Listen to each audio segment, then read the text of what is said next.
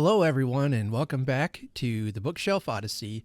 This is the deep dive into Dickens as we study his book, Great Expectations. So today we're going to be looking at parts 5 and 6, which covers chapter 8 and then chapters 9 and 10. This begins, like I said, a couple of very interesting chapters. If you want to follow along and add to the conversation, you can always comment below. I've had some great comments there in those videos. Thank you all so much for doing that. And then also on our Voxer channel, that's pretty much where everyone has started to gather to leave comments and voice messages about the reading.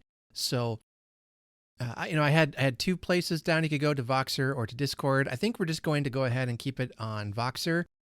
And if that's a new program for you, I'd be happy to walk you through it if you needed help there. But it's a great chat app that we can all just kind of get together and chat there about the story. So more mysteries are revealed as we open chapter 8. Well, I say revealed, more like they begin. So Pip, and end of chapter 7, left with Mr. Pumblechook, or Uncle Pumblechook, and he was going to take him to visit Miss Havisham, who for some reason wants Pip to come and visit. He gets a very meager breakfast provided by his uncle and is also grilled with math facts, which poor Pip. Math is not my strong point. I was more of an English and lit kind of guy. No surprise there, right?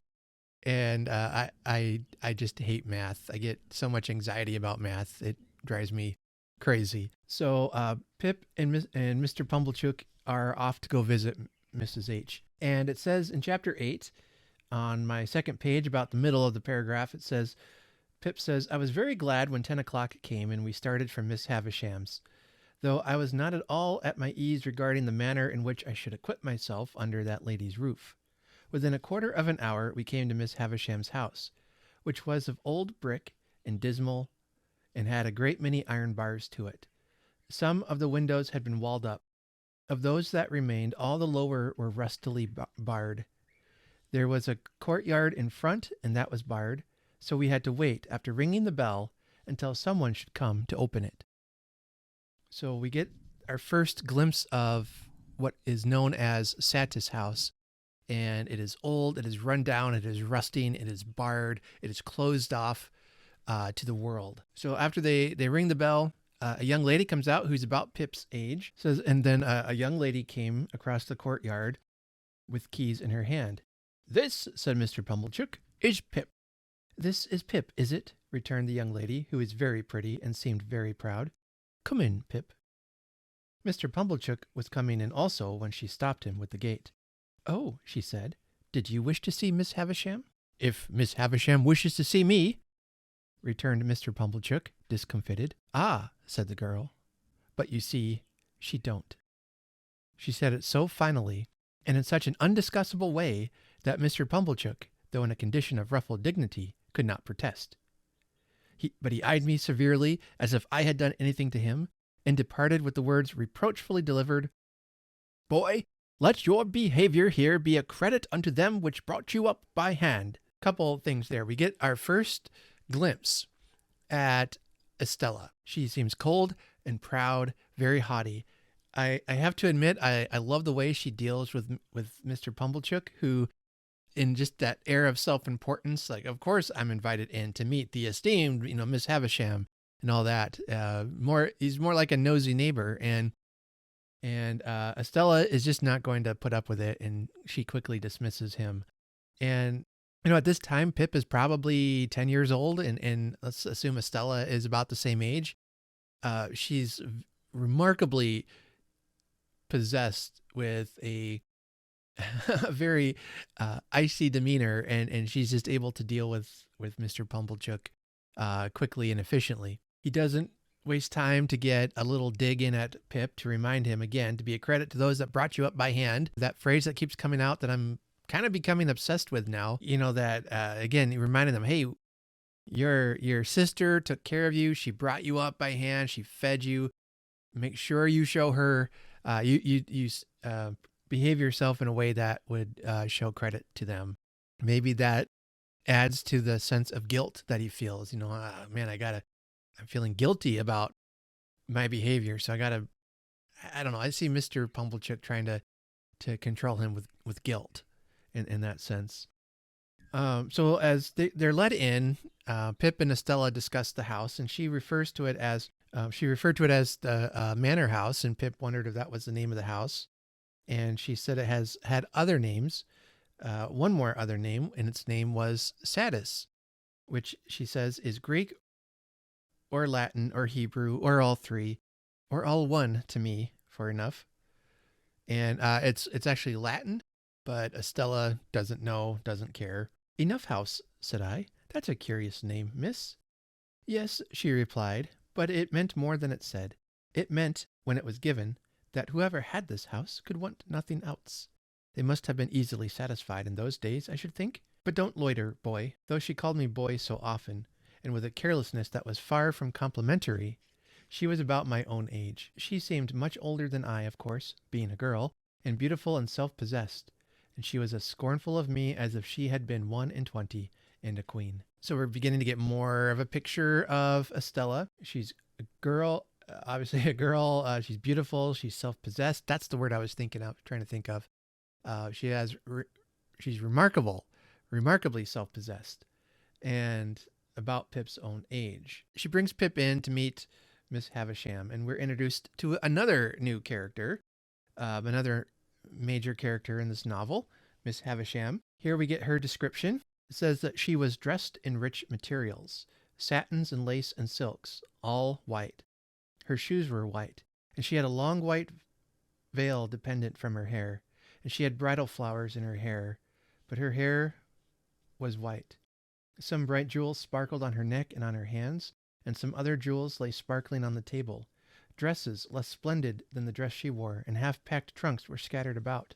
She had not quite finished dressing, for she had but one shoe on. The other was on the table near her hand. Her veil was but half arranged. Her watch and chain were not, and some lace for her bosom lay with those trinkets, and with her handkerchief and gloves and some flowers and a prayer book, all confusedly heaped about the looking-glass. And then it goes on to talk about how all the white has been faded to yellow, that her face has lost its brightness and her eyes are sunken. It's like she's a skeleton. You can get this imagine like a bony face and a bony frame and just hollowed and sunken. It's like she's a dead woman living. He says, I should have cried out if I could. And she's introduced to Pip, and then Pip begins to notice other details, like all the clocks in the room have stopped at the same exact time, 20 minutes to 9. It's at this point, the creep factor for me is off the charts. And if I were Pip, I probably would have just turned tail and run. And she wants him to play. So she commands him to play. And it's like, I don't know. I mean, that's a really hard thing to do when you're just told, go play. And okay, we'll play what? I'm here by myself. There's no toys or just, what's the deal? So then she has him call Estella, who comes in to play cards with him. And we get this quote that, so he yells out for Estella, but she answered at last, and her light came along the long, dark passage like a star. Miss Havisham beckoned her to come close, and took up a jewel from the table, and tried its effect upon her fair young bosom and against her pretty brown hair. Your own one day, my dear, and you will use it well. Let me see you play cards with this boy. With this boy? Why, he is a common laboring boy. I thought I overheard Miss Havisham answer, only it seemed so unlikely. Well, you can break his heart. What do you play, boy? Asked Estella of myself with the greatest disdain. Nothing but beggar my neighbor, miss. I just want to keep reading this whole chapter. It's so good. So they're playing cards and playing this kind of game. I don't know how to play that game, but I'm familiar with the title. That's about as far as I know. But it's a card game, and Estella just begins to make fun of him. That he calls the knaves jacks, and then she says, and what coarse hands he has, and what thick boots. She's mocking him. She's making fun of him, and he is extremely intimidated by this. He says, I had never thought of being ashamed of my hands before. but I began to consider them a very indifferent pair.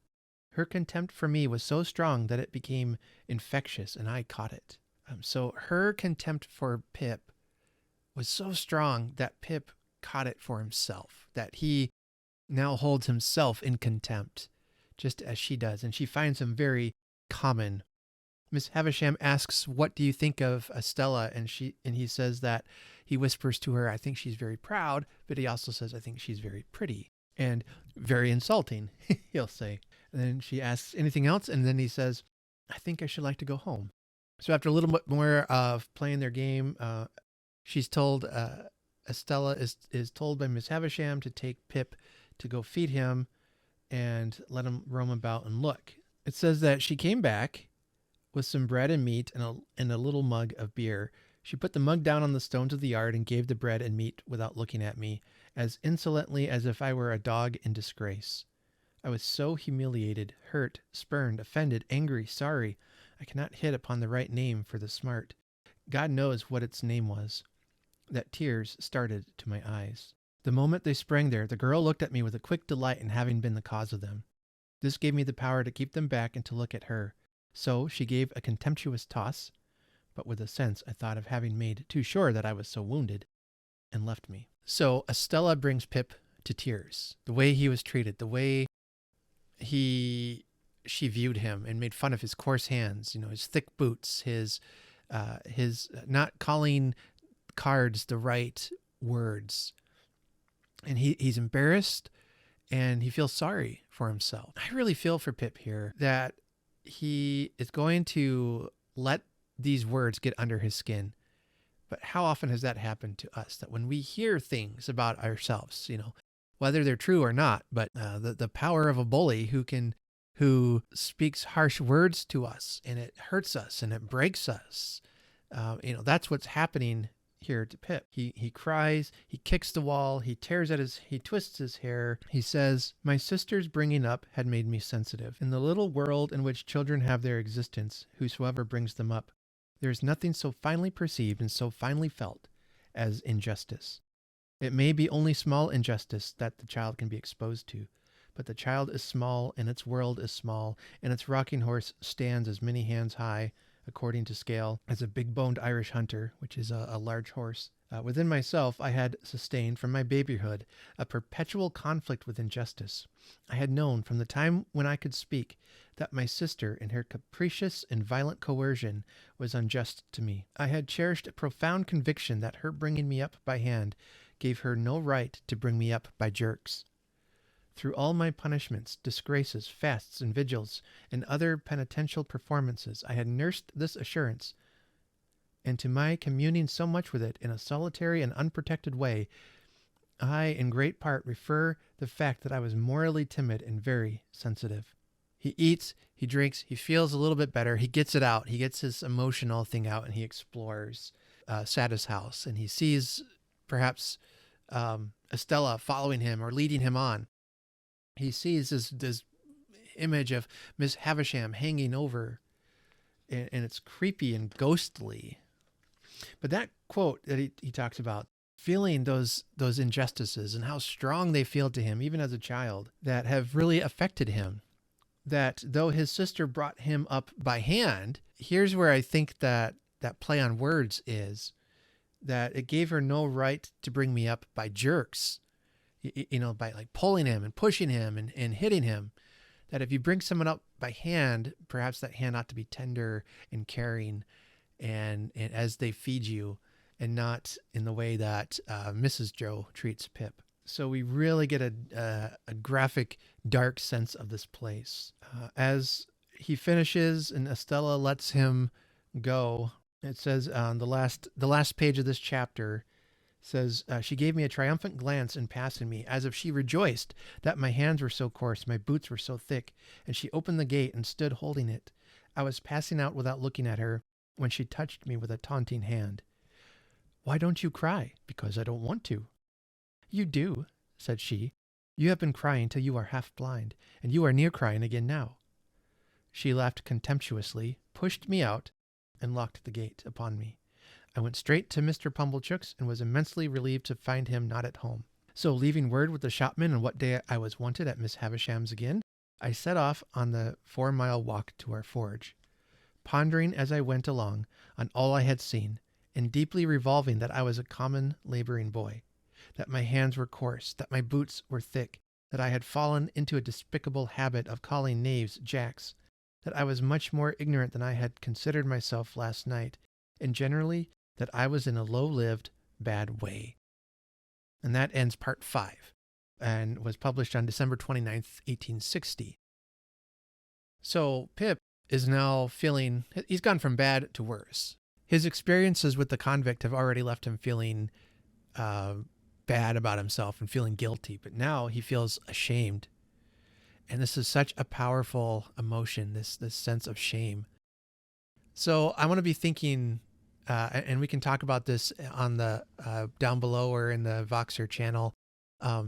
Why does Pip feel ashamed? Why do you think shame has such a powerful influence on him? I'd be interested to know what you think. So we jump ahead a week to the next part, chapters 9 and 10. Pip returns home and he is grilled about what happened, and he gets into something of a quandary. He says this near the beginning of chapter 9. I felt convinced that if I described Miss Havisham's as my eyes had seen it, I should not be understood. Not only that, but I felt convinced that Miss Havisham too would not be understood. And although she was perfectly incomprehensible to me, I entertained an impression that there would be something coarse and treacherous in my dragging her as she really was, to say nothing of Miss Estella, before the contemplation of Mrs. Joe. Consequently, I said as little as I could, and had my face shoved against the kitchen wall. And then, to make matters worse, Mr. Pumblechook comes over and gives him a grilling as well. So he knows that if he tells about who this strange lady was really like, how she's in this room where everything has decayed, that she's in this old white dress, that all the clocks have stopped, no one's going to believe this story. And Mr. Pumblechook, again, keeps asking him math questions, which I wish I knew why. Maybe that's his attempt at trying to, I had a hand in bringing up this kid and teaching him math and seeing what he knows, all that stuff. I don't know. So they're trying to get him to say, what was it like? Tell us. So finally, Pip lies. He tells the story that she's tall and dark. And of course, his sister goes to confirm it. And Mr. Pumblechook, of course, is saying yes without saying yes, so that later he's not technically caught in a lie. But he tells this story about, how they were dogs, they played games of flags, they did all these things that, just didn't happen because the truth would have been so weird and so strange. So I'm just going to kind of skim through some of this just for sake of time.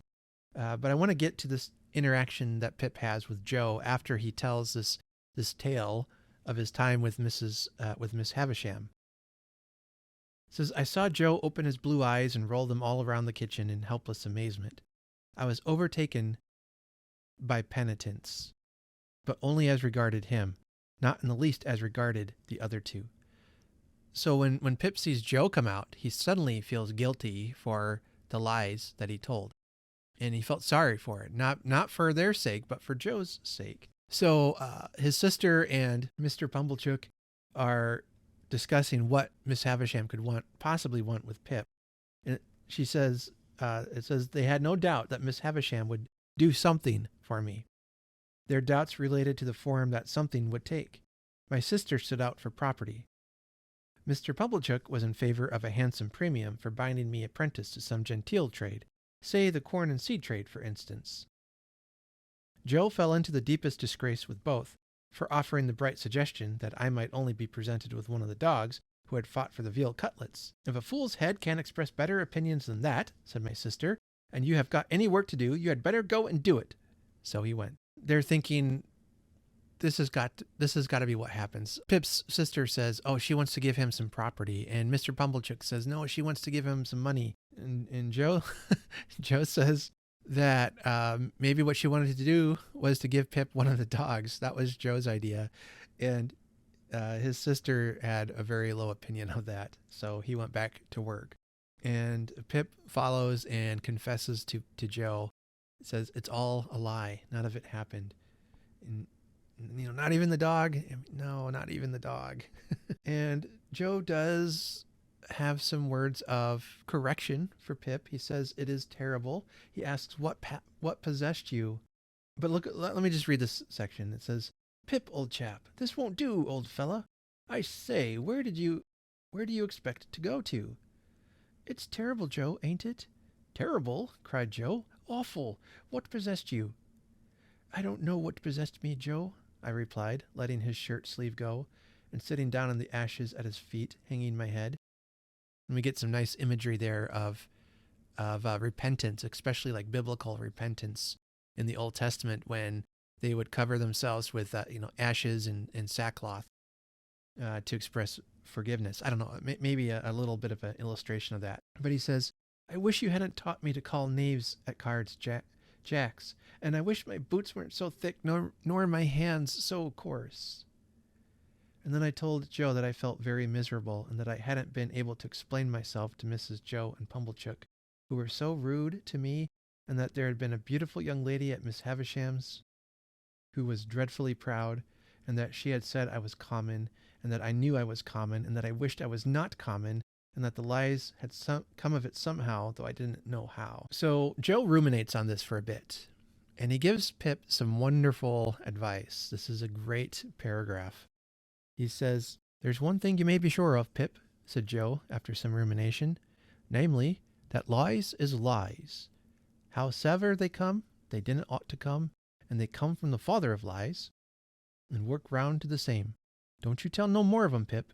That ain't the way to get out of being common, old chap. And as to being common, I don't make it out at all clear. You are uncommon in some things. You're uncommon small. Likewise, you're a uncommon scholar. And Pip says later of this instruction that he says, there is some hope in this piece of wisdom, and it rather encouraged me.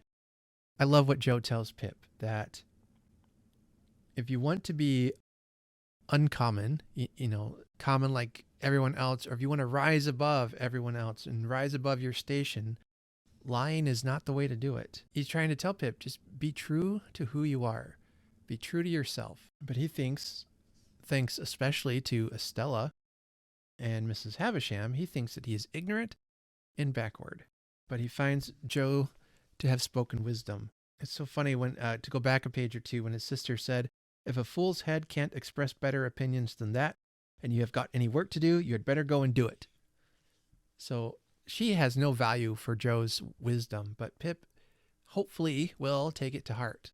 He goes on to say, Joe does, he says, looky here, Pip, at what is said to you by a true friend, which this to you, the true friend, say. If you can't get to be uncommon through going straight, you'll never get to it through going crooked. So don't tell me no more on them, Pip, and live well and die happy. You are not angry with me, Joe? No, old chap, but bearing in mind that them which I mean to say of a stunning and audacious sort, alluding to them which bordered on veal cutlets and dog-fighting, a sincere well-wisher would advise, Pip, that being dropped into your meditations when you go upstairs to bed. That's all, old chap, and don't never do it no more. Says, when I got up to my little room and said my prayers, I did not forget Joe's recommendation, and yet my young mind was in that disturbed and unthankful state that I thought long after I had laid me down how common Estella would consider Joe. A mere blacksmith, how thick his boots and how coarse his hands. I thought how Joe and my sister were then sitting in a kitchen, and how I had come up to bed from the kitchen, and how Miss Havisham and Estella never sat in a kitchen, but were far above the level of such common doings. I fell asleep recalling what I used to do when I was at Miss Havisham's, as though I had been there weeks or months instead of hours, and as though it were only quite an old subject of remembrance, instead of one that had arisen only that day. And then we get a very profound closing statement to this chapter, one that is worth noting. He says, that was a memorable day to me, for it made great changes in me. But it is the same with any life. Imagine one selected day struck out of it, and think how different its course would have been. Pause, you who read this, and think for a moment of the long chain of iron or gold, of thorns or flowers that would never have bound you, but for the formation of the first link on one memorable day. So now we have grown-up Pip interjecting himself into the narrative and saying, this was a memorable day to me. This was a day of significance. And he says, think about that. If there is a day in your own life where that a link began and the link was added to so that you are now where you are today because of this event that happened on that day. Pip says for him, or this was that day for him. So as Pip looks back on that day, he says this is a day of great importance. So the next day upon waking, we get chapter 10, and Pip has decided, I'm going to make myself uncommon. I'm going to make myself educated. So he does what any smart man would do, and he goes and asks a woman. He says he wants to be uncommon, so he's going to go to Biddy, his friend, and ask her to teach him everything she knows. He does attend this joke of a school, which is taught by Mr. Wopsel's great aunt. I love this description. It says, the pupils ate apples and put straws down one another's backs until Mr. Wopsel's great aunt collected her energies and made an indiscriminate totter at them with a birch rod. And then she tries to teach them, but then it says that Mr. Wopsel's great aunt fell into a state of coma, arising either from sleep or a rheumatic paroxysm. And so then the students were left to themselves. And long story short here, Biddy basically has been teaching several of the children, if not all of them, on her own. And Pip goes to Biddy for help, and because she is already teaching these children. Biddy is about Pip's age, maybe a year or two older from what I could tell. But already she's a good student and she's a good teacher. And Pip recognizes that and wants her to teach him everything she knows. Then we get a mysterious happening at a bar called the Jolly Bargeman. So Pip goes to collect Joe, as he says. He finds Joe. He's in the company with Mr. Wopsle and a stranger. Now, this stranger is acting very, well, strange. He wants Pip to come sit by him, but Pip goes and sits by Joe. He's asking Pip questions. He's asking Joe questions about Pip's relation to him. It's like these people have never taken a stranger danger class in school, okay? It's like, I don't know, for me, reading this from the 21st century, all these warning signs are going off like, hey, whoa, you don't know this guy. Why is he so interested in Pip? He gives Pip money. He asks Pip's name. He asks how he's related to Joe. You know, all those questions. He wants information on Pip. And during this discussion, again, I'm kind of summarizing some things here. About middle of the chapter, he talks about Pip is watching this man, and he gets he's just acting strange, and he gets a drink, and he begins to stir it, his rum and water. And he does it in such a way to attract Pip's attention. He tasted his rum and water pointedly at me, and he stirred it, and he tasted it, not with a spoon that was brought to him, but with a file. Dun, dun, dun. The importance of that? Let's read on. He did this so that nobody but I saw the file, and when he had done it, he wiped the file and put it in a breast pocket. I knew it to be Joe's file, and I knew that he knew my convict the moment I saw the instrument. I sat gazing at him, spellbound, but he now reclined on his settle, taking very little notice of me and talking principally about turnips. The strange man gives a shilling wrapped up in some paper, and they depart for the night from the Jolly Bargeman. I love what this says about Joe. It says that Joe went all the way home with his mouth wide open to rinse the rum out with as much air as possible. It's like he doesn't want Mrs. Joe to know he was out drinking, which she probably will. But so he's, got his mouth open to get to air out his alcohol smell on his breath. And I don't know. I just like that. It's pretty charming.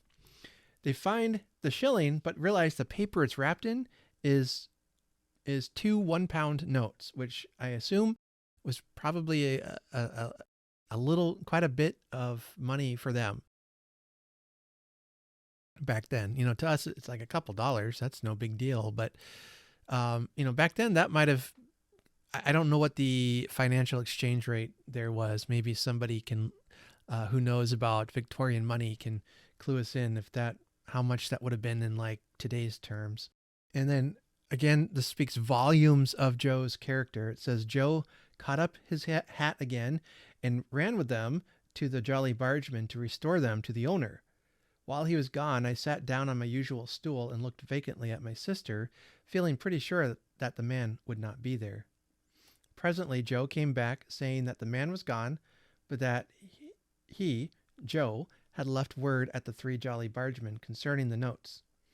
Then my sister sealed them up in a piece of paper, and put them under some dried rose leaves in an ornamental teapot on the top of a press in the state parlor. And there they remained a nightmare to me, many and many a night and day. So Joe's a good man. He thinks, oh, that's too much money to give to Pip. He said he's going to give him a shilling. He gave him a couple of pounds and a shilling. So maybe it was a mistake. So he ran back to turn it back in, but the guy wasn't there. So he just brought the money home. They're going to keep it for safekeeping until the man returns. Pip says that they are haunting him. He says, I had sadly broken sleep when I got to bed, through thinking of the strange man taking aim at me with his invisible gun, and of the guilty, coarse, and common thing it was to be on secret terms of conspiracy with convicts, a feature in my low career that I had previously forgotten. I was haunted by the file, too. A dread possessed me that when I least expected it, the file would reappear.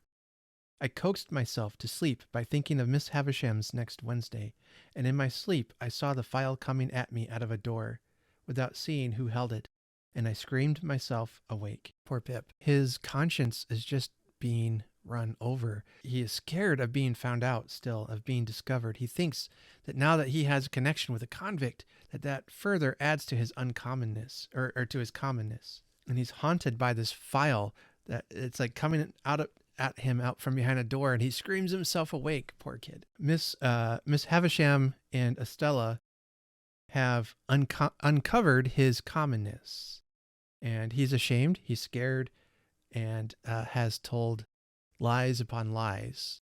Some understand are justified, some, maybe not. But this ends part 6. It was published in January 5th, 1861. We see here themes of social class appear.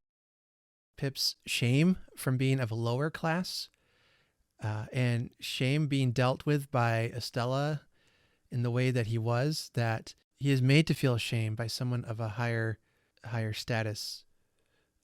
I'm reminded of that scene in Emma where she insults Miss Bates, and Mr. Knightley confronts her about that and says, shame on you, badly done. I've probably got the movie version more in mind than the book version. I've only read the book one a couple of times, but so if I misquote the book, I'm probably quoting the movie. But he tells her, badly done, that Miss Bates is poor, and as she grows older, she's going to sink further into poverty. And Emma, as being a woman of means and wealth, ought to have shown kindness to her, but instead she insulted her, and Miss Bates felt that, it struck her, and that was a learning experience for Emma. But this isn't about Emma, okay?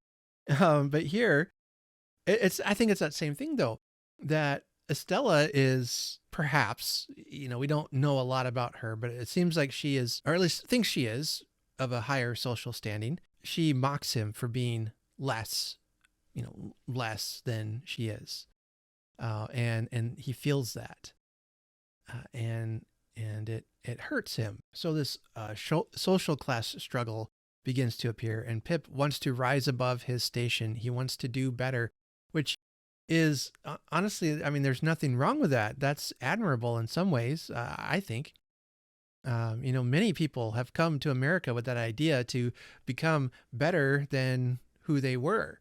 My ancestors came to America from Norway. They became farmers. They came with a group of Norwegian immigrants to come and to farm the land and to make their lives better, even though it's going to be hard. And that's is the American dream, I guess, for what it's worth these days. So Pip sets out on with a determination to do this. I have to rise above who I am. I have to be better. And Joe says basically, Pip, you're fine the way you are. You might be common in some things, but you're uncommon in other things. When he compares Pip to himself, I don't know how to read. I don't know how to write. You do. You might be small, but you know how to read and write. And that's not nothing. And I like the advice Joe gives Pip. And I know I mentioned this. I'm just trying to summarize my thoughts here. And that is that if you have to sacrifice your character in order to be great, in order to rise above where you are, is that really worth it?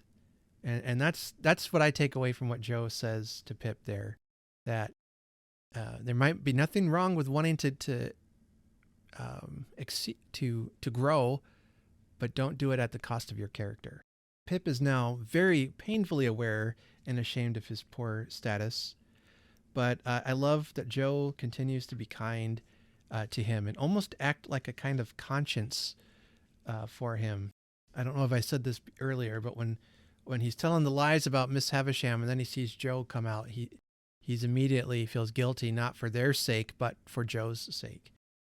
So next week, we will be looking at chapters 11, 12, and 13, and we'll find out what happens next. Some questions I have going forward. What does Miss Havisham want with Pip? For those of us who have read the story, we know that. We probably remember at least some of the details. So don't talk about those, for those who haven't read yet. For those of you who don't know what's coming next, I would like to know what you think could happen next on Pip's journey to do better, to become better, if that's even possible for him. So thanks again for listening. For watching this video. I keep thinking I want to make them shorter, but I think they get longer as we go on, but that's okay. It's something to think about, and you can watch portions of throughout the week. So I hope you can see why I love this story so much. Just fascinating characters, interesting journey they're all on, and I'm excited to see how it plays out. Well, it's been a while since I've read the story deeply, and I'm looking forward to see what I think of it by the end. Because already in slowing down and doing a deeper dive into it, some of my opinions of characters have started to change. And I can't really say more than that right now without giving away spoilers. But I think maybe next week we'll be due for a spoiler chat here at the end of the video. Maybe in a week or two we'll do that. I can lay out some of those things I've been changing my mind on. So we'll see. But in the meantime, do your reading. Be sure to comment, like, subscribe, discuss in the comments about this reading and what you think. And if you'd like to join the Voxer chat, let me know. My Voxer username is below. I'm not sure if I can put a link to the channel or not. I'll have to look into that. And hopefully we'll see you there. So until next time, happy reading.